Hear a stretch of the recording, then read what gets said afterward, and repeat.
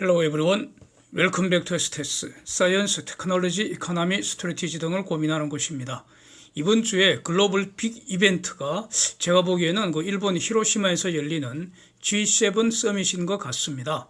러시아에 대한 전면 수출 통제 여부, 또 중공을 요리하는 그 방법에 대해 G7 내부 논쟁이 어떻게 종결되는지 이게 주목이 되고, 한국이 정식으로 가입을 해서 G8으로 발전적으로 확대 개편하는 논의가 본격화되는 그런 계기가 되는지 이것도 주목이 됩니다. 한국의 현재 지위는 사실상의 G8 국가라고 봐야 할 것 같습니다. G7이 출범한 1975년, 그때 세계 GDP 대략 한 60%를 이 G7이 차지했었는데, 지금은 그 비중이 대략 한 40% 정도로 줄어든 것 같습니다. 이유가 뭐겠습니까? 그동안 한국, 중공 등 G7 이외 지역의 GDP가 더 빨리 성장했기 때문 아니겠습니까? 21년 기준 글로벌 GDP 분포를 제가 한번 그려봤는데, 중공은 미국의 대략 한 74% 정도가 되고요, 한국은 한 1.8조 달러 정도 되는데, 그래서 저렇게 그림을 그려놓고 보니까 한국 GDP는 아주 초라하게 보일 수도 있습니다.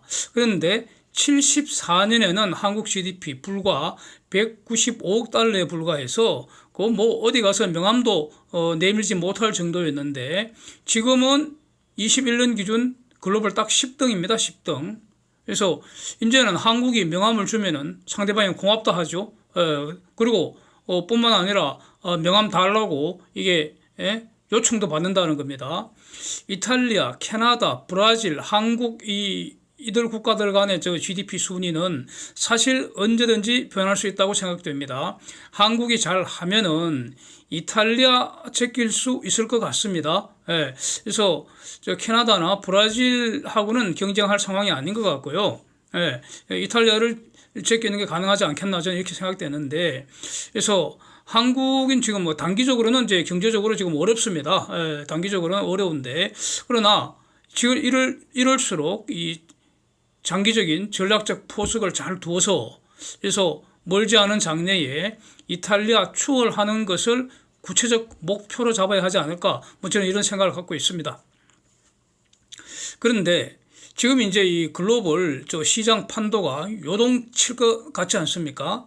GDP 분포 그림에서 미국이 지금 23조 달러, 중공이 한 17.7조 달러 이렇게 형식적으로 숫자로 이렇게 보여지는데, 이것만 보면은 중공이 미국이 한 74% 정도로 상당히 큰 것 같지만, 근데 실질적으로 가만히 보면은 중공의 숫자라는 것은 미국과 세계 시장을 전제로 파생된 거 아니겠습니까? 그래서 실질적으로는 완전히 다른 거죠. 미국하고 중공은 미국한테 잽이 안 된다. 즉, 미국은 중공을 대체해버릴 수 있지만 중공은 전혀 그렇지 못하다. 저는 이렇게 보고 있습니다. 여기서 중공을 글로벌 시장 접근을 제한을 해버린다면은 중공 경제는 그냥 치명상을 입지 않겠습니까? 세계의 경제 권력 지도가 새로 그려질 수 있다. 그런 거 아닙니까? 그래서 그 새로운 지도에서 한국이 어디에 위치하도록 할 것인지, 이게 지금 매우 결정을 해야 하는 이런 중차대한 시기다, 이런 생각입니다. 먼저 중공 요리법, 레시피에 대해서 지금 G7 내부에 논쟁이 있는 것 같습니다. 기사 한번 보시죠. 그래서 그 논쟁을 딱 두 단어로 정리될 수 있을 것 같습니다. 하나는 de-risking. 그래서 위험을 관리한다, de-risking 이런 차원이고, 또 이건 아마 유럽에서 제기하고 있는 것 같고요, 독일 중심으로. 또 하나는 미국에서 나오고 있는 decoupling, 분리해버린다, 중공과 완전히 차단해버린다, 중공과 분리해버린다, decoupling, 이런 두 가지 단어를 중심으로 이렇게 논쟁이 지금 진행되는 것 같습니다. 중공을 어떻게 요리할 것인가에 대한 논쟁입니다. 그래서 지난주 목요일 날 독일 정부 소식통을 근거로 해서 중공을 대하는 방식에 대한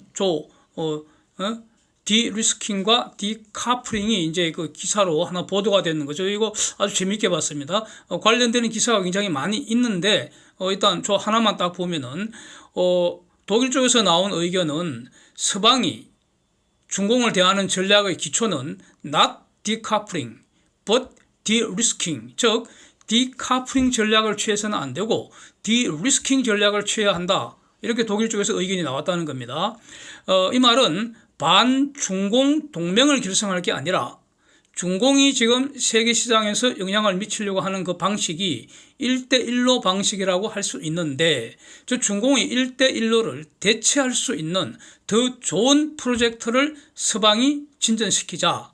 즉 중공의 모델보다 더 좋은 그 서방의 모델을 개발해서 그래서 중공과의 경쟁에서 이겨버리자. 뭐 이런 식으로 저는 이해가 된다는 겁니다. 그래서 미국이 지금 그 추진하고 있는 중공에 대해 투자 제한하고 통제하자. 뭐 그런 거에 대해서는 논란이 있다. 이렇게 이제 보도가 되고 있는데 논란이 있다는 것은 독일은 중공 투자 통제하는 것을 반대한다. 그런 취지로 저는 이제 이해가 된다는 겁니다. 그렇다면은 이제 독일의 표현을 빌리자면은 미국의 중공 전략은 디카플링이라고 할 수 있고 그래서 이것보다 조금 부드러운 전략이 독일 의견인데 그게 바로 디리스킹이라고 이렇게 개념 정리할 수 있을 것 같은데 양자의 차이를 명확히 하기 위해서는 디리스킹이 뭔지 알 게 아니라 디카플링, 미국의 디카플링 전략이 도대체 뭔지 이걸 명확히 하는 것이 실천적으로 의미가 있을 것 같습니다. 지금 미국의 그 전략이라는 것은 22년 10월 이후에 미중 간에 미국이 일방적으로 선전포고해서 그 반도체 전쟁이 확전 중입니다. 첨단 반도체 수출 통제하고 첨단 반도체 그 장비 수출 통제하고요. 반도체 기술 교류도 금지하고 있습니다. 기술 교류 금지한다는 것은 인적 교류도 금지한다는 겁니다. 이거 엄청난 것입니다. 저는 이 관련된 영상을 많이 올려두기 때문에 반복하지는 않겠습니다. 여기에 한국, 미국, 일본, 대만의 치포 동맹과 네덜란드가 연합국으로 참전을 하고 있습니다.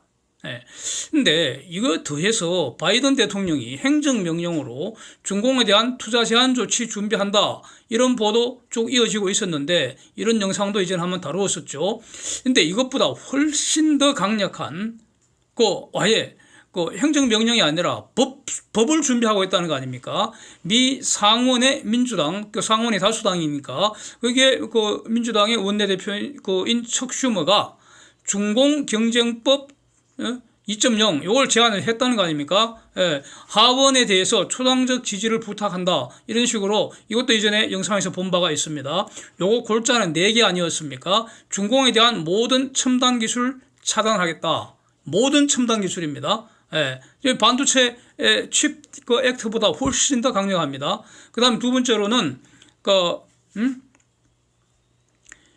이걸 중공에 대한 투자도 금지하겠다. 제한해버리겠다. 그 다음에 이런 것을 미국의 동맹들, 파트너 국가들과 함께 하겠다. 세계대전이죠. 세계대전입니다.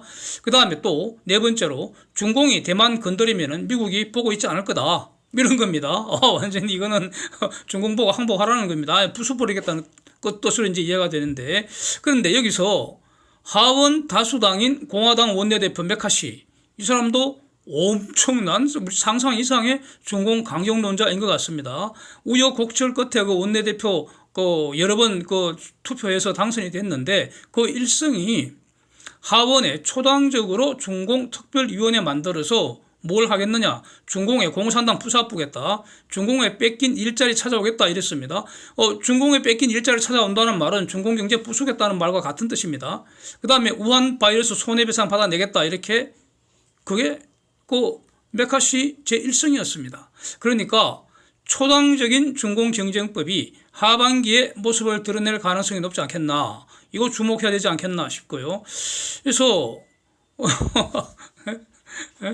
이것을 미국이 동맹과 함께 한다고 하면은 이게 바로 디커플링, 즉 반중 동맹이 된다는 거 아니겠습니까? 그래서 독일 등의 의견은 이것보다는 좀 부드럽게 디리스킹 전략을 사용하자는 것이다. 이걸 두고 지금 G7 내부에서 치열하게 논쟁이 진행되고 있다. 이렇게 정리할 수 있을 것 같습니다. 그러면 결론은 어떻게 날 것 같습니까?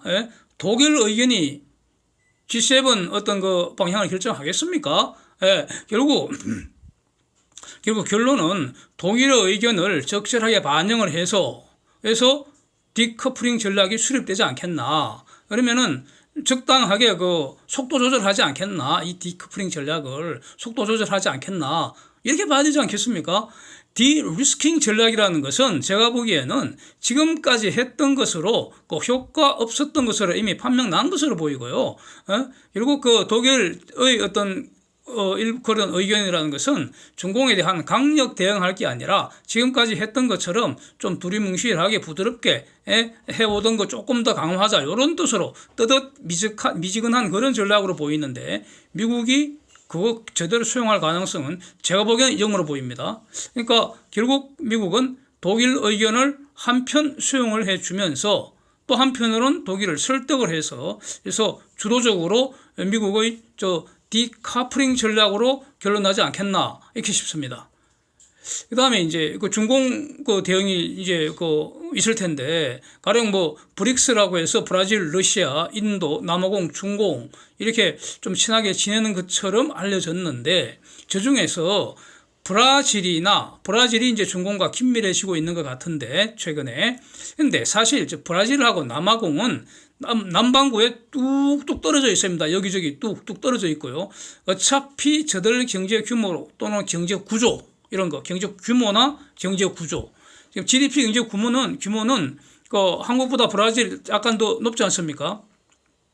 이제 경제 규모일 테고 경제 구조는 한국이 훨씬 낫다고 봅니다. 저는 그래서 그런 경제 규모, 경제 구조 다 볼 때 남아공이나 브라질은 어차피 혼자 돌아갈 수 없는 그런 규모, 그런 어떤 수준이기 때문에 저런 건 내버려 두도 되고요. 미국 입장에서는 인도 태평양 전략의 핵심 국가가 인도라고 보여지기 때문에 이 인도를 확실하게 미국 편에 줄 세우기 위해서 지금 엄청난 노력을 집중하고 있는 것으로 이렇게 봐야 할 것 같습니다. 최근 보도를 보면은 미국이 인도 총리를 세 번째 국빈으로 초청했다는 것이죠. 그래서 1번이 프랑스고 2번이 한국이었는데 이제 세 번째로 인도 총리를 초청한다는 겁니다. 거기에서 미국이 인도를 UN 상임이사국 되는 거 미국은 찬성한다. 그리고 지지해 주겠다. 이런 것까지 이렇게 당근으로 준다는 겁니다.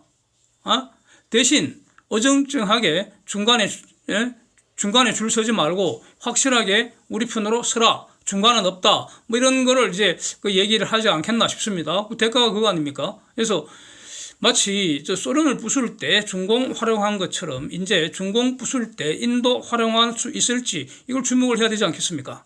근데 인도는 산수의 천재로 알려져 있죠. 그래서 인도가 이번에 어떻게 산수를 하는지 이것도 아주 흥미진진할 것 같습니다. 그래서 좀 뭐 계속 주목해 보겠습니다. 그래서 G7에서 러시아에 대한 어떤 전면 수출 통제하는 거, 이 주제도, 요 주제 자체만 봐도 사실은 매우 중차대한 그런 건데, 근데 사실상, 중공 전략에 비하면은, 러시아 전략은 매우 간단하다. 별 비중도 없을 것 같습니다. 제가 볼 때는. 이미 러시아는 완전히 망가진 상태라서 중공한테 구걸을 해야만 지금 살아남을 수 있는 존재 아닌가 싶습니다. 지금 완전히 부서진 것 같습니다. 만약에 중공이 러시아를 지원하게 된다면, 그러면 미국이든 EU건 이건 완전히 일치를 해서 계속 제재를 할 것 같습니다. 이거는. 지금 EU에서도 독자적으로 러시아 제재하는 중공 기업들을 제재하고 있습니다. 그래서 중공은 지금 대놓고 러시아 지원할 수는 없을 테고 쥐구멍으로 몰래 지원을 해야 하는 그런 상황이라는 겁니다. 그래서 쥐구멍으로 몰래 지원하다가 걸리면은 좀 패버린다는 겁니다. 그래서 지금 대한민국만 하더라도요, 이전에 러시아 수출을 통제하던 그런 전략 물자 품목 고시가 있었는데 이번에도 이것도 이전에 영상을 본 것처럼 최근에 이거를 러시아 수출 통제하는 전략 품목을 이전보다도 14배 증가시킨 이 전략 물자 고시를 새로 고시를 했습니다. 한국만 이렇게 했겠습니까? 글로벌 주요 국가들 다 이렇게 했을 거 아닙니까? 이게 뭡니까? 이거는 이미 사실상 러시아 전면 수출 통제 비슷한 조치 취하고 있는 거 아닌가 이겁니다. 그러니까 이번에 G7에서 현재까지 이런 조치를 좀 더 강화하는 것만 발표돼도 러시아는 완전히 죽을 맛이 되지 않을까 싶습니다. 이제 이런 어떤 상황에서 주목해야 될 게 저한테 좀 굉장히 의미 있어 보이는 게 바로 최근에 VOA, Voice of America, 이거는 미국 정부 입장 대변하는 그런 방송입니다. 그렇죠? 그래서 이 VOA에서 매우 의미 있는 그 두 가지 주제를 계속 이렇게 그 방송을 하고 있는 것 같습니다. 하나는 보면 말이죠, 한국 보고 G8에 가입하라는 겁니다. 한국 보고 한국이 결단하면은 G8에 가입하는 거 환영할 거다, 뭐 이런 뉘앙스 같습니다. 보니까 지금 그 한국은 G8 가입 자격이 이미 충분하게 갖추고 있다. 근데 중공의 위협은 매우 심각하다. 그러니까 중공의 위협에 효과적으로 대응하기 위해서 한국이 결단을 해서 G8에 가입하고, 그래서 힘을 모아서 중공의 위협에 공동 대응하자, 뭐 이런 취지인 것 같습니다. 이제 대한민국 결정할 것만 남아있지 않느냐, 이런 겁니다. 그래서 브라질, 인도, 호주 이런 곳이 아니라 한국에게 가입을 강하게 지금 권고하면서 초청장도 지금 보냈다는 겁니다. 한국은 제조업 거의 모든 영역에서 거의 제조업 모든 영역이 글로벌 세계 최고다, 그렇게 말할 수는 없겠죠. 그러나 글로벌 경쟁력을 갖고 있잖아요. 어떤 거는 세계 최고이고, 세계 최고인 것도 많고. 그래서 이런 나라가 그렇게 많지는 않죠. 한국 같은 나라가 제조업 거의 모든 영역을 거의 글로벌 경쟁력을 갖고 있다. 그러니까 기존 그 G7 입장에서는 공급망 재편 과정에서 브라질, 호주, 인도 이런 국가는 비교가 안 될 정도로 한국 저거 매력 덩어리다. 한국 반드시 그러니까 우리 편으로 확실히 끌어들여야 한다. 이런 어떤 입장인 것 같습니다. 그래서 크게 보면은 한국에게는 이거 새로운 기회의 창이 열리는 거 아니냐, 이렇게 봐야 되지 않나 싶고요. 가만히 있어도 지금 들어오라고 환영식 거대하게 준비하고 있는 이런 모양이라는 겁니다. 지금은 그냥 초청된 상태 아닙니까? 근데 그러면 이제 한편 또 이제 가입을 하게 되면은 실질적으로 가입비도 내야 할 것이고요. 국제사회에서 그 분담금이라는 형태로 이렇게 우리가 돈도 좀 써야 할 겁니다. 그렇죠? 근데 이게 이런 거는 이제 한국의 위상이 올라가면서 그러니까 국제 질서 유지하기 위해 한국의 책임과 분담도 증가한다, 뭐 이런 어떤 의미가 있다. 그런데 이제 우리로서는 저런 어떤 그 비용 증가보다 더 이상을 얻을 수 있겠다, 이렇게 봐야 하지 않겠습니까? 그래서 저는 적절하게 가입하는 것이 맞다, 이렇게 저는 봅니다. 이와 관련해서 지금 아주 재미있는 움직임이 말이죠. 그러니까 G7 시작하기 전에 16일이죠. 16일경 캐나다 총리가 한국에 온답니다. 그래갖고 한국 캐나다 정상회담 열린다고 하고요. 히로시마 G7이 끝나면은 EU 대표단이 방한을 한다는 겁니다. 그래서 한 EU 정상회담 이제 한다는 것이고, 또 이와 별도로 독일 총리 또 방한을 해서 한독 정상회담도 한다는 겁니다. 그러니까 지금 이번 주 이후로 5월 다음 주까지 이거 지금 얼마나 바빠지겠습니까? 이게 빅 이벤트 아니겠습니까? 그래서 유럽 입장에서는 한국이 이제 그 새로운 파트너가 이제 되기 때문에, 그러면은 미국과 유럽 사이에서 한국이 유럽 편 되기는 힘들지 않겠습니까? 누가 봐도 한국은 강력한 그 한미 동맹이 있고 미국과 아주 절친이기 때문에, 그래서 유럽 입장에서는 한국은 유럽 편은 아니더라도 최소한 균형적인 어떤 그 중재적인 입장을 취해주기를 바라지 않겠습니까? 이 말은 한국도 이제 G8 내에서 카드를 쥐고 있다, 이런 의미로 이제 볼 수 있을 것 같습니다. 하여튼 나쁘지 않은 상황입니다. 그 다음에 이제 유크레인 전쟁이 거의 중단 국면을 맞이하고 있기 때문에 한국의 역할 증가, 이것도 화두가 되지 않겠습니까? 당연하겠죠. 그래서 이런 것은 한국은 기회이면서도 위기가 될 수도 있는데, 부담이 될 수도, 위기라기보다 그냥 기회이면서 동시에 부담이 될 수도 있는데, 능력을 갖춘 한국이 유크레인 전쟁에서 역할을 제대로 하면, 그러면 글로벌 리딩 국가로 명실상부하게 진짜 선진국을 한 자리 더 도약하는 그런 기회가 될 수 있는 것이고, 동시에 중공과 러시아와의 관계가 악화되는 그런 것은 이제 부담이 돼야 될 것이고, 그런 것 같습니다. 그런데 기본적으로 한국에게 더 이상 중간지대, 양다리 걸치는 전략은 불가능할 것 같습니다. 이거는 둘 중에 하나 확실히 입장을 정해야 될 것 같습니다. 도움이 필요한 친구들 모른 척 한다면 더 이상 그 친구가 될 수 없는 거 아니겠습니까? 저는 그런 입장입니다. 그 다음에 VOA 보도에서 두 번째로 아주 주목되는 주장이 있는데, 한미일 삼각 동맹의 관한 것입니다. 예. 현재는 한미동맹, 미일동맹 이렇게 이제 존재를 하고 있는데, 예? 요걸 확대 강화해서 한미일 동맹으로 하려고 한다. 여기 지금 미국의 일관된 입장 아닙니까? 예, 이런 걸 지금 상당히 강조하는 이런 보도들이 계속 나오는 것 같습니다. 가령 최근에 북공의 핵 미사일, 핵 플러스 미사일 이런 거죠. 그러니까 미사일이라는 게 뭡니까? 핵 얹어갖고 던져버리는 그 수단 아닙니까? 예. 던지는 거죠. 미사일 발사가 던지는 핵 던지는 거죠. 그래서 이거 지금 심각한 상황입니다. 예. 이거는 아무리 강조해도 지나치지 않은데, 여기에 대응하는 구조는 뭐냐? 현재는 이런 거 아닙니까? 미사일에 대해서 한미 간에 미사일 정보 실시간 공유하고 미일 간에도 실시간 공유를 하는데, 한일 간에는 실시간 공유 안 되고 있다는 거 아닙니까? 그래서 한일 간에도 미사일 정보 실시간 공유가 되면은, 그러면 한미일 간에 완전한 미사일 실시간 공유로 확대되는 거 아니냐? 예, 이건 해야 되지 않겠습니까? 그런 것이고, 그 다음에 한미 핵 협의기구, 이것도 매우 중요하다고 저는 보여집니다. NSC 이거. 예? 근데 여기에 일본이 참가하는 거를 지금 윤석열 대통령께서 가능성을 열어뒀습니다. 이건 매우 잘하는 것이라고 저는 봅니다. 생각보다 훨씬 잘하시는 것 같아서. 그 다음에 그렇게 되면은 한국, 미국, 일본 간의 핵 협의기구 이렇게 확대 개편되는 방안, 이게 대해서 한국, 미국, 일본 모두 반대할 이유가 없지 않겠습니까? 예, 미국도 반대 안 할 것이고요. 일본이 왜 반대하겠습니까? 적극적으로 들어오려고 하겠죠. 예. 이런 것이 하나 둘 모이면은 결국 한미일 군사 동맹으로 진전되는 거 아닌가? 저는 이거 매우 바람직하다고 봅니다. 예. 그래서 그 다음에 또 매우 중요한 논의, 미국 의회에서 진행 중인 것 같습니다. 빅터 차라는 분이 한국계 아닙니까? 예. 저분이 지금 의회 청문회에서 증언한 내용인데, 청문회라는 게 뭡니까? 빅터 차는 의원이 아니잖아요. 그러나 빅터 차는 중요한 전문가 아닙니까?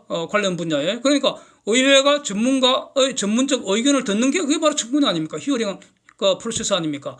그래서 빅터 차 주장이 빅터 차만의 주장은 아니라는 거죠. 이런 주장을 하는 분들이 적지 않다는 겁니다.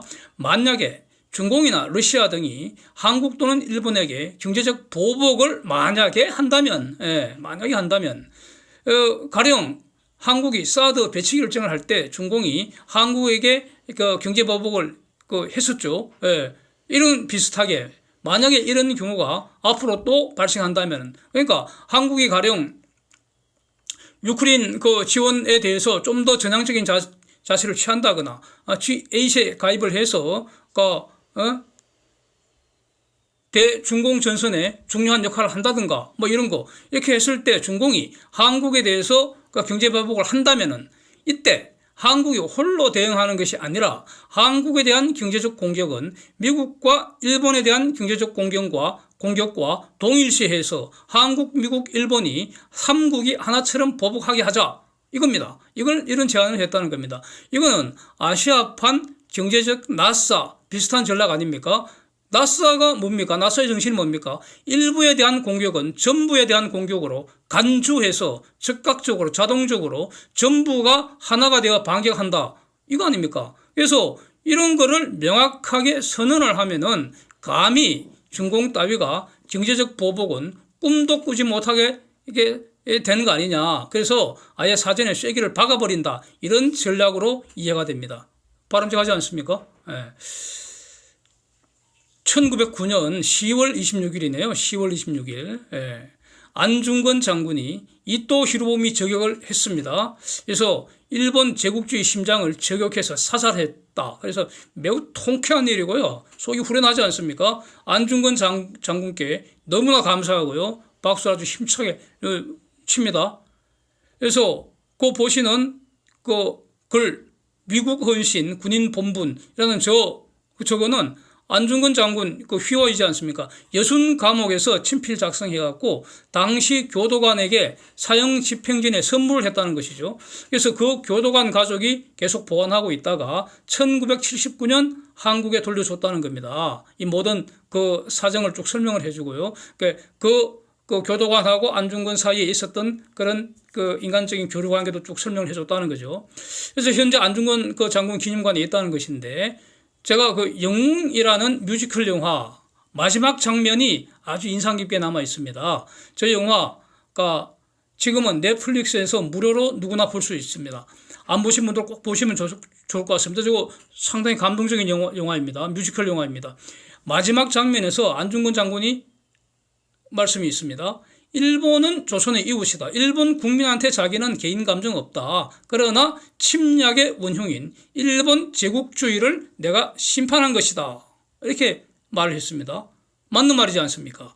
그 일본 제국주의는 100년 전 한국의 주적이면서 동시에 일본의 선량한 시민의 주적이었습니다. 예, 일본 제국주의는 일본 시민의 주적이었다는 겁니다. 그 일본 제국주의는 심판받아서 패망했고요, 사라졌고요, 지금 흔적이 없습니다. 예, 지금의 일본은 인권을 기초로 자유민주주의 시장경제 국가입니다. 한국과 가치와 이념을 공유하고 있는 친구이고요. 그래서 앞으로 더욱 절친한 친구가 되어야 한다는 겁니다. 일본 제국주의에 대한 독립운동 세력들이 그 이후에 공산주의와 비공산주의로 나누어져 버렸죠. 예?